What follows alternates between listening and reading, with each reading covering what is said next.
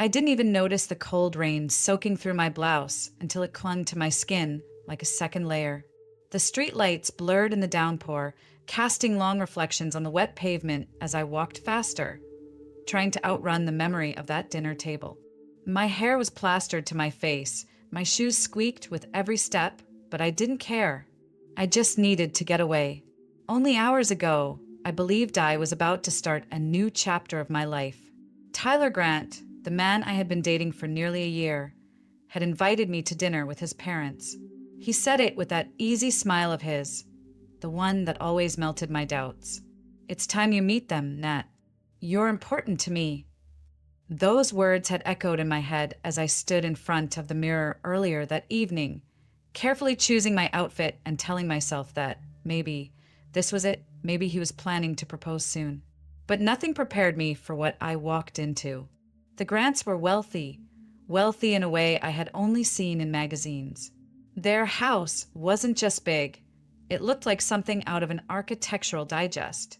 The dinner table was long enough to seat 20, even though only 4 of us sat there.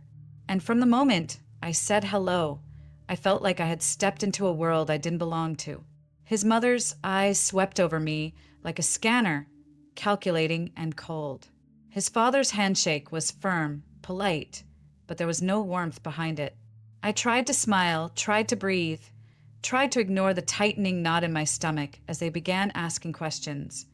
Not the kind meant to get to know me, but the kind meant to measure me. Where did I go to school? Why just a vocational college and not a university? Wasn't tailoring a bit limiting as a career? Did my family own property, or did we rent? Each answer seemed to lower their already shallow impression of me. And Tyler, he just sat there, shifting uncomfortably but never speaking up. Not once did he say, "She's amazing and I love her," or even, "Mom, Dad, that's enough." He kept his eyes down as if embarrassed. I left before dessert. I couldn't sit there another second, pretending I wasn't breaking inside. I had hoped, stupidly, maybe, that Tyler would follow me, that he would take my hand and say he didn't care what they thought. But he didn't. I walked out alone into the storm and he stayed behind. Now here I was, trudging through the rain, clutching my purse to my chest as if it could hold my dignity together. I thought about heading straight home, but I couldn't, not yet. My mom, Susan, has a heart condition. Stress is dangerous for her, and she's always been sensitive to my moods. I couldn't just walk in crying, couldn't let her see the humiliation written all over my face. She's been through enough already. She doesn't need to carry my heartbreak too.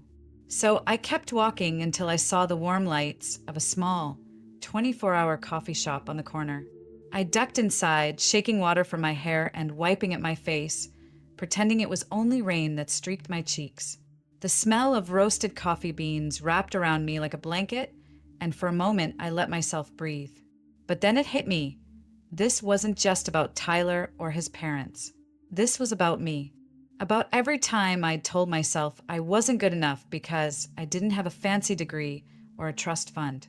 About every late night I'd spent at the sewing machine, building a dream so small I thought it barely counted. And about how I'd pinned so much hope on someone who, when it really mattered, stayed silent. I curled my hands around a steaming cup of coffee and stared out at the rain. It blurred everything, cars, lights, people rushing by, but it couldn't blur the truth I was finally beginning to see. This wasn't the end of my story. Maybe it was just the brutal, messy beginning of something I hadn't yet imagined. When I was a little girl, it was just me and Mom. No brothers, no sisters, no dad waiting at the door when we came home.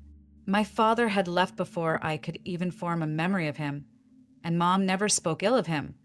She just said some people aren't ready to love the way a family needs. That was all I needed to know. We lived in a modest 2-bedroom apartment on the edge of Des Moines, Iowa.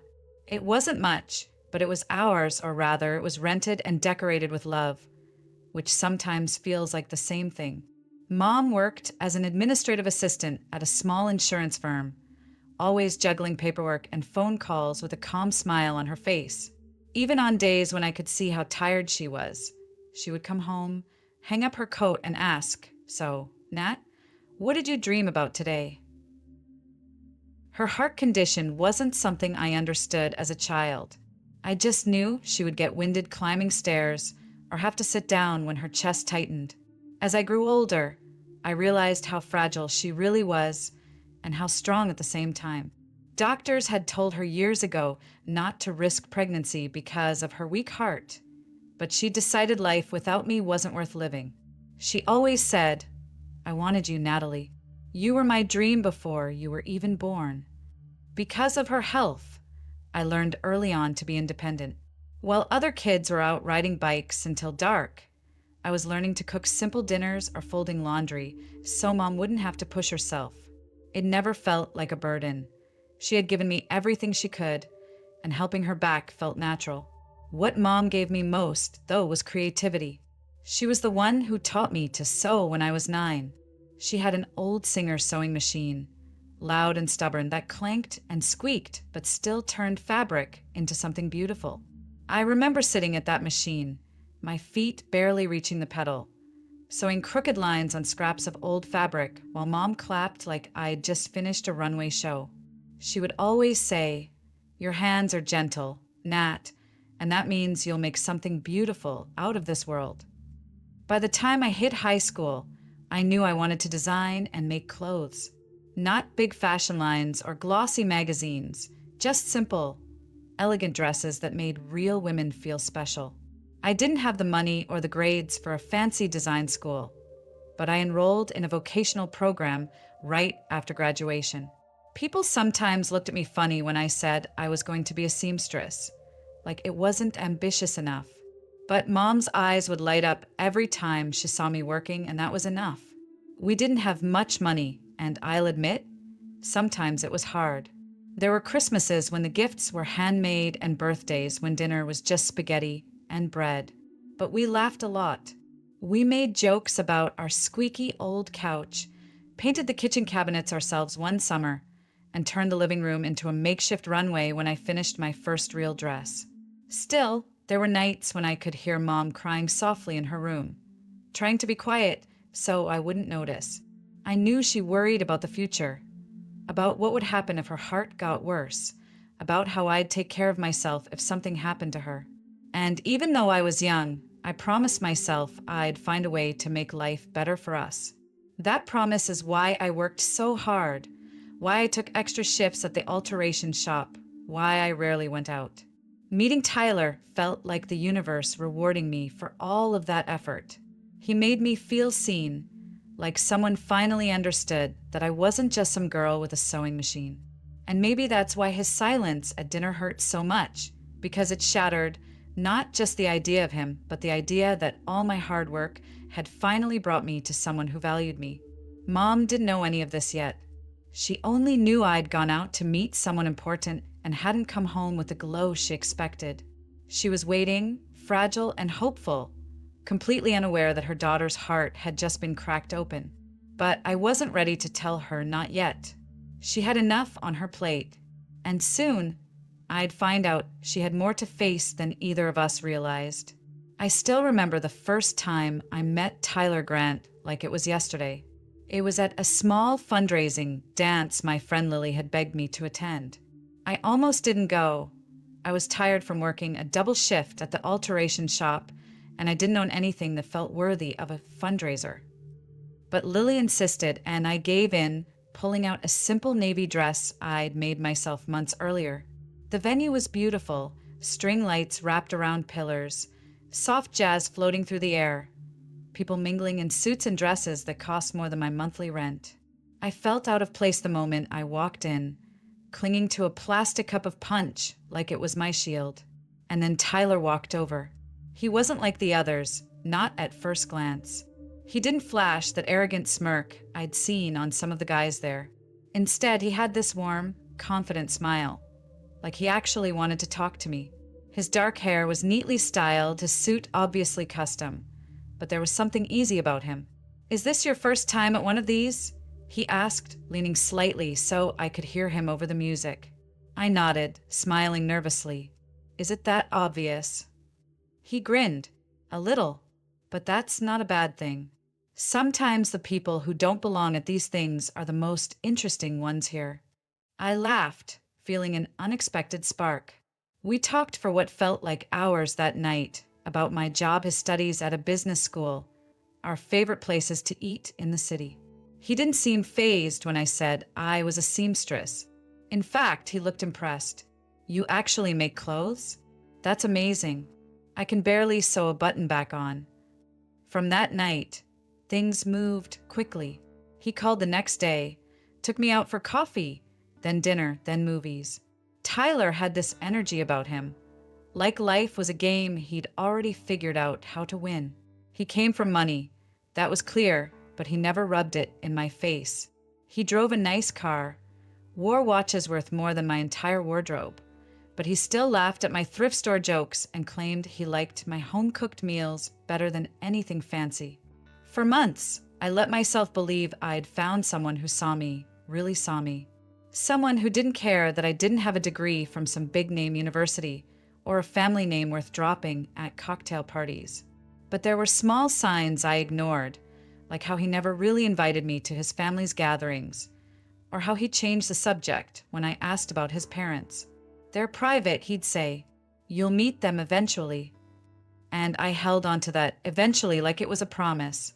I imagined meeting them and proving I was worthy, that I wasn't just some girl with a sewing machine, but someone who could build a future with their son. Tyler seemed to like my independence, at least on the surface. He'd watch me work late at the shop, sometimes stopping by to bring me coffee, saying, "You're the hardest working person I know." Those moments felt real. He even talked about travel plans, New York for the holidays, maybe a road trip next summer. I thought he was serious about us. Looking back, I wonder if he ever was. Because when he finally said, "It's time you meet my parents," I thought it meant he was ready to take the next step. But maybe it was just a box he needed to check off. One more thing to make his life look complete.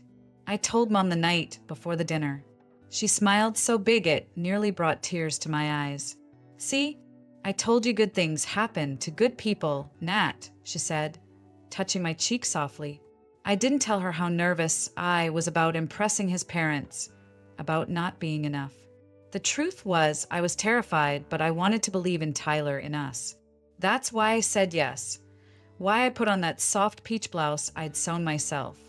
Why I rehearsed polite conversation in my head on the way there. I had no idea how much that one night would change everything.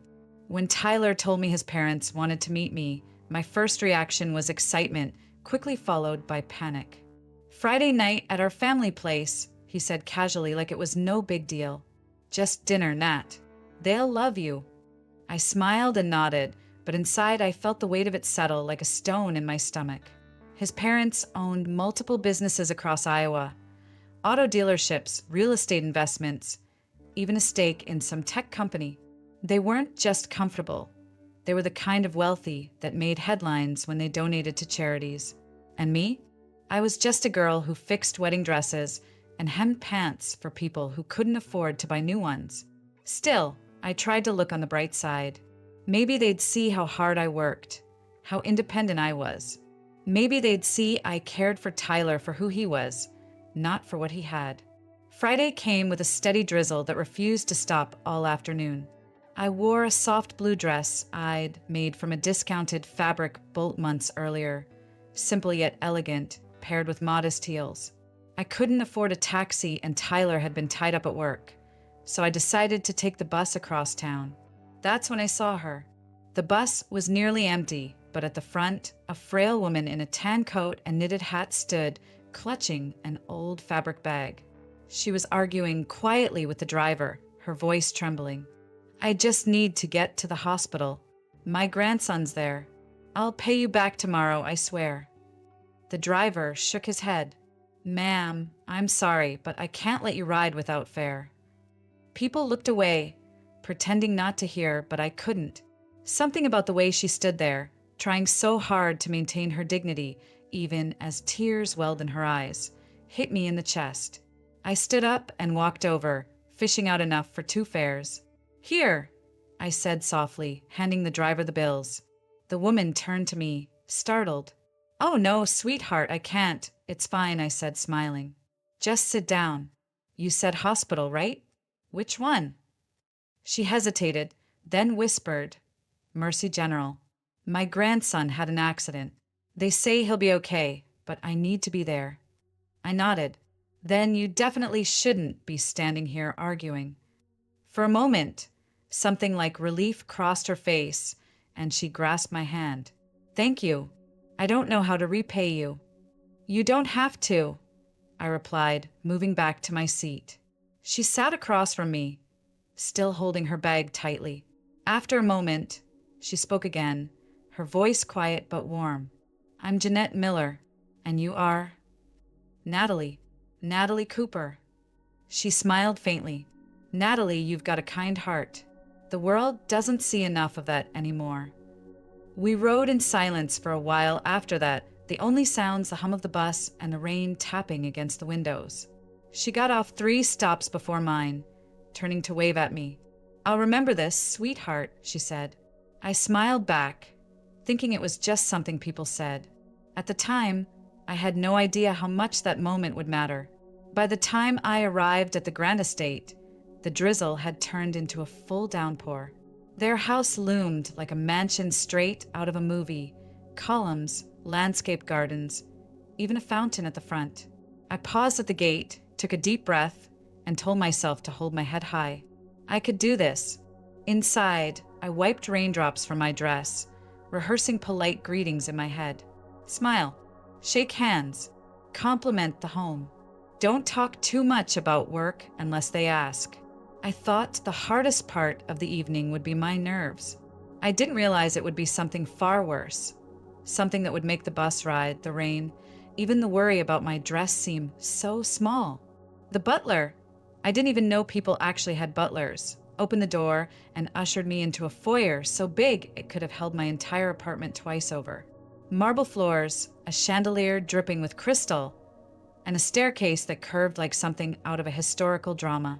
I smoothed the skirt of my dress and tried to swallow the lump in my throat. Tyler came down the stairs, smiling that easy smile I'd fallen for. You made it, he said, kissing my cheek quickly. For a moment, I relaxed. Maybe I'd overthought this. Maybe his parents really would welcome me. He led me into the dining room, where his parents were already seated at a table long enough to host a small wedding. His father, tall and broad-shouldered, rose slightly to shake my hand. Ms. Cooper, he said, polite but distant, like he was greeting a business associate he didn't plan to see again. His mother, in a flawless cream blouse and pearls that probably cost more than my car, gave me a once-over and a smile so tight it could have cut glass. Natalie, is it? We've heard some things. Her voice trailed off like there was more she wanted to say, but decided not to yet. I smiled, pulling out a chair. Thank you for inviting me. Your home is beautiful. His mother tilted her head slightly. Yes, we do our best. She didn't ask me to sit. She just went back to adjusting her napkin. Dinner started with small talk, the weather, some local charity gala they were sponsoring, a new investment Tyler's father was making. I tried to add little comments here and there, but every time I did, there was a pause, a glance between them, the kind of glance that says she doesn't belong here. Then came the questions. So, Natalie, his mother began, her fork clinking softly against her plate. You're a seamstress? Yes, I said, forcing cheerfulness into my tone.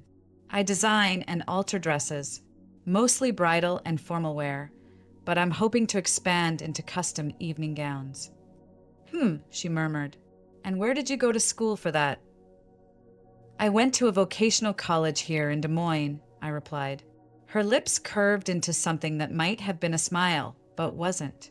Oh, not a 4-year university. I felt my face warm. No, ma'am. I chose a faster program so I could start working and helping my mom sooner. Helping your mother? Tyler's father interjected, his tone curious but edged. Is she unwell? I hesitated, wondering how much to say. She has a heart condition. I live with her, so I can help when she needs it. His mother's eyes flicked toward Tyler, then back to me. "How admirable," she said flatly. The rest of dinner continued in that same rhythm. Questions that weren't really questions, compliments that felt like tiny cuts. Do you rent or own your apartment? How many clients do you have? Have you ever considered changing careers? It wasn't what they said, it was how they said it. I could feel myself shrinking with each passing minute. And Tyler, he just sat there. He laughed at his father's jokes, nodded when his mother spoke, but he never once stepped in to say, "She's amazing and I love her." He didn't defend me, didn't ease the tension, didn't even look me in the eye when I tried to catch his gaze. By the time dessert was served, my appetite was gone. I placed my napkin on the table and forced a smile. "Thank you so much for dinner. I'm afraid I need to get going. Early morning at work tomorrow." His mother's expression didn't change. "Of course. It was enlightening to meet you." I stood, clutching my purse, waiting, hoping for Tyler to follow me, to at least ask if I was okay. But he stayed seated, murmuring something to his father as if I'd already left. So I walked out alone. The rain outside had turned heavier, but I didn't care. Each drop masked the tears spilling from my eyes. I wrapped my arms around myself and started walking, the sound of my heels slapping against the wet pavement drowning out the ache in my chest. Somewhere deep down, I knew that night wasn't just a bad dinner. It was the end of something I had believed in, and maybe, in its own painful way, the beginning of something else entirely. When I finally made it home that night, I stood in the hallway for a full minute, trying to force a smile onto my face before opening the door. My mom's health was fragile, and the last thing she needed was to see her daughter broken and dripping, wet like a character in some tragic movie. I took a deep breath, wiped my face with my sleeve, and stepped inside. "Nat, is that you?" Mom called from her bedroom. Her voice carried the same gentle warmth it always had, but there was a hint of fatigue underneath. "Yeah, Mom. Just got in." I kicked off my soaked heels and tried to sound cheerful. "It's pouring out there. I think I set a new record for walking in heels." She chuckled softly. "That's my girl. Did everything go well tonight?" I hesitated for just a fraction of a second before answering. "Yeah, it was fine. Just tired, that's all." I could hear the rustling of her blankets as she shifted in bed. "You work too hard, sweetheart. Don't forget to rest." "I won't, Mom," I said, heading straight to the shower before she could see my face and ask the questions I wasn't ready to answer. Under the hot water, I let myself cry again, quietly so she wouldn't hear. The sting of humiliation from Tyler's silence, the cold judgment in his mother's eyes, all of it spilled out and swirled down the drain. For the next few days, I threw myself into work, hoping that if I stayed busy enough, the ache would fade. But life, it seems, had more storms waiting. One morning, I found Mom sitting at the kitchen table, pale and holding her chest. "Mom, what's wrong?" I rushed to her side, and she tried to wave me off. "Just a little dizzy. It happens." But I could see the truth in her eyes. She was scared too. We went to her cardiologist that afternoon, and after several tests, we were referred to a specialist at Mercy General. He was kind but direct. "Your mother's condition has worsened significantly. The medication is no longer enough. She needs surgery, and soon." My heart dropped. "Surgery? How soon?" "Within the next month, ideally within weeks. Without it, her risk of heart failure increases drastically." I nodded, trying to keep my voice steady. "Okay, how much will it cost?"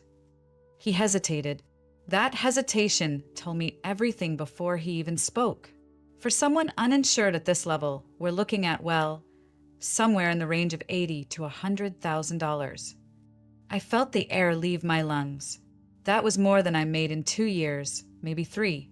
"Is there any assistance program?" "There are charity programs and grants," he said, "but most are targeted toward pediatric cases or certain demographics. I can give you a list of foundations to contact," but his voice softened. "Be prepared for it to take time." Time. That was the one thing we didn't have. That night, I sat at our tiny kitchen table long after Mom went to bed, staring at the crumpled list of phone numbers and websites the doctor had given me. I called every single one over the next few days, explaining our situation, begging for help. Some were polite but firm. We're not taking new adult cases at this time. Others didn't even return my calls. One woman sighed and said, "I'm sorry, sweetheart, but this just isn't the kind of story donors open their wallets for. If you had young kids at home or some tragic accident, people react differently." I wanted to scream. My mom's life was on the line, wasn't that enough? Finally, out of desperation, I did something I swore I wouldn't do. I called Tyler. He picked up on the second ring, sounding surprised. "Nat? Hey, I wasn't expecting to hear from you." "Tyler, I wouldn't be calling if it wasn't serious," I said quickly, my voice already shaking. "My mom needs surgery, heart surgery, and we don't have the money. I thought maybe," I swallowed. "I thought maybe you could lend me some. Just until I figure something out. I'll pay you back, every cent." There was silence on the line, then a quiet laugh. "Nat, come on, really? I knew something like this would happen eventually. My mom literally warned me about this exact thing. She said if we split, you'd probably find some excuse to." "Tyler, that's not what this is." I interrupted, tears burning my eyes. "I'm not asking for me. I'm asking for my mom's life." "Yeah, well, I'm sorry she's sick, but I'm not a bank. Don't call me again, okay?" And with that, he hung up. I stared at my phone, the words still echoing in my ears. Don't call me again. For the first time in years, I felt completely powerless. My world had narrowed to two impossible choices: watch my mom's health decline or find a miracle. And miracles, at least in my experience, didn't show up on cue. But sometimes kindness has a way of circling back when you least expect it. 2 days after Tyler hung up on me, I sat on a bench outside Mercy General, my head buried in my hands. I had spent the morning at work, but couldn't focus, so I left early. Mom was inside getting pre-op testing, though we still didn't know how we would pay for the surgery. I stared at the cracked pavement, feeling like life had just pulled the rug out from under me. That's when I heard a familiar voice. "Sweetheart? Natalie, is that you?" I looked up, blinking through tears. Standing in front of me was the elderly woman from the bus, the one I had bought a ticket for days earlier. Her tan coat was the same, her eyes still soft but now brighter. "Mrs. Miller?" I said, surprised. She smiled and reached for my hands. "I told you I'd remember you. Are you all right, honey? You look, well, you look like I did the day I lost my husband." I shook my head, embarrassed. It's just been a bad week. My mom's here. She needs heart surgery, but we don't have the money to pay for it. I don't know what to do." For a moment, she studied me, then slowly sat down beside me. "You're the girl who gave me bus fare when I had nothing in my pockets. You didn't even think about it, did you?" I shrugged. It wasn't a big deal. "It was to me," she said firmly. "That day, my grandson was hurt in an accident. If not for you, I would have missed seeing him awake for the first time." She looked over her shoulder and waved. "Benjamin, over here." A tall man in his late 20s walked toward us.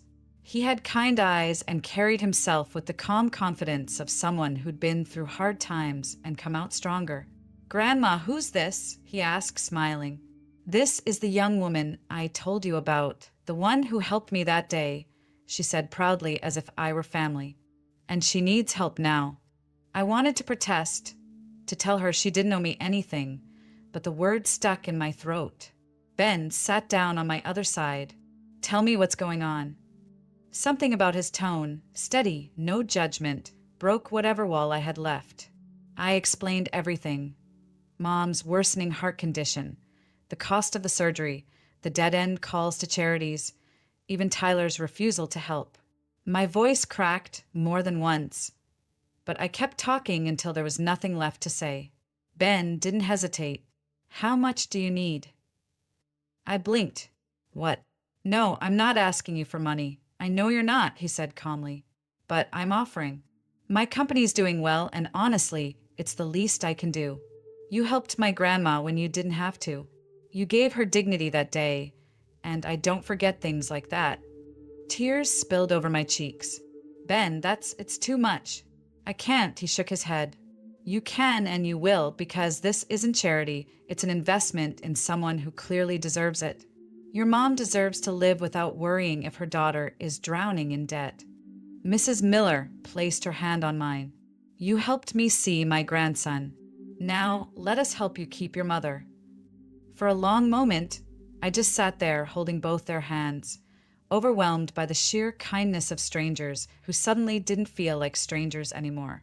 Ben pulled out his phone. I'll call the hospital billing department and make arrangements. And Natalie, what do you dream of doing besides worrying about bills? I hesitated, then smiled shyly. I've always wanted to open my own bridal studio, designing custom dresses instead of just altering other people's work. He grinned. Perfect. Once your mom's healthy, we'll talk about that too. I know a few investors who love supporting local talent. I stared at him, stunned.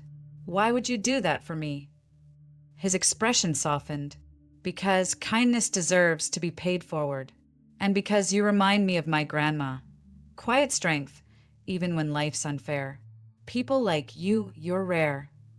For the first time in weeks, I felt hope, not the fragile, desperate kind, but something real, steady, like the first warm day after a long winter. As we walked back into the hospital together, I glanced at the gray sky outside and felt something shift inside me. Sometimes life breaks you, so you can see who's truly there to help pick up the pieces. The surgery was scheduled for the following week, and thanks to Ben's immediate intervention, the hospital cleared the financial hold in less than 48 hours. I couldn't believe it when the billing manager called me directly to confirm. Your mother's surgery is fully funded. You don't need to worry about payment. I sat there in stunned silence before whispering, "Thank you," over and over until my voice gave out. On the morning of the procedure, Mom gripped my hand as they wheeled her into the operating room. "Natalie," she said softly, "don't let this scare you. Life has a way of turning pain into something beautiful. You just have to let it." I smiled, though tears blurred my vision. "I'm not scared, Mom. Not anymore." The surgery lasted 6 hours. I paced the waiting room, clutching my phone like a lifeline. Ben and his grandmother stayed with me the entire time, bringing coffee, making quiet conversation, even distracting me with funny stories about Ben's childhood mishaps.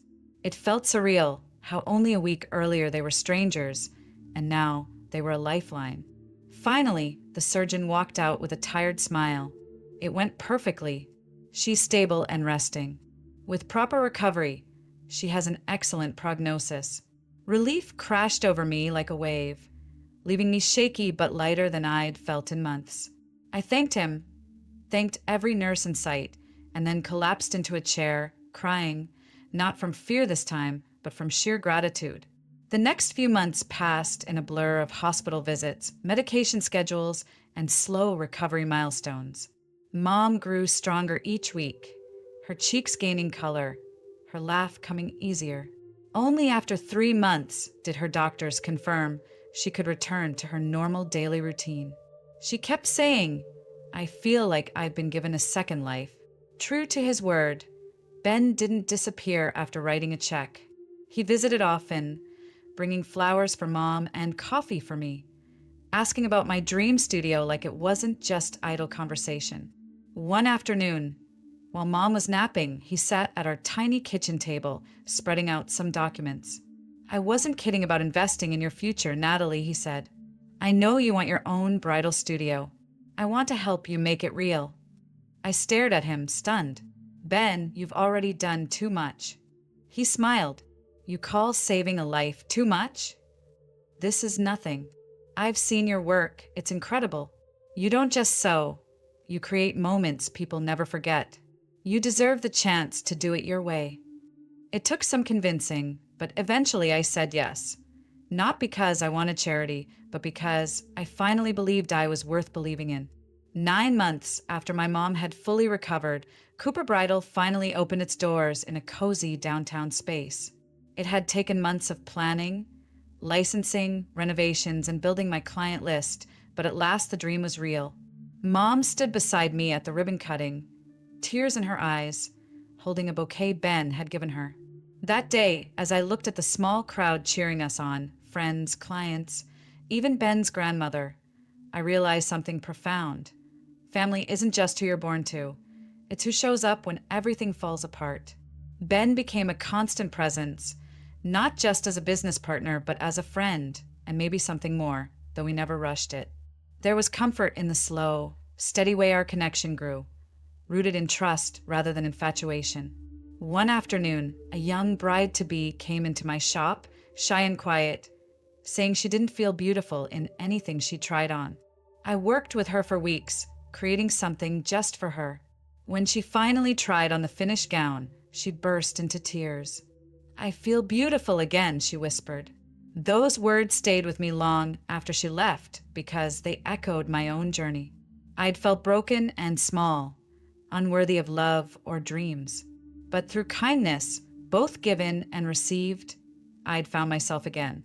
Standing in my studio, surrounded by silk and lace, I thought about Tyler for the first time in months. Not with anger, not with regret, but with a kind of distant gratitude. If he hadn't failed me, I might never have walked the path that led to this life, these people, this healing. Sometimes heartbreak isn't the end. Sometimes it's the push you need to discover where you truly belong. And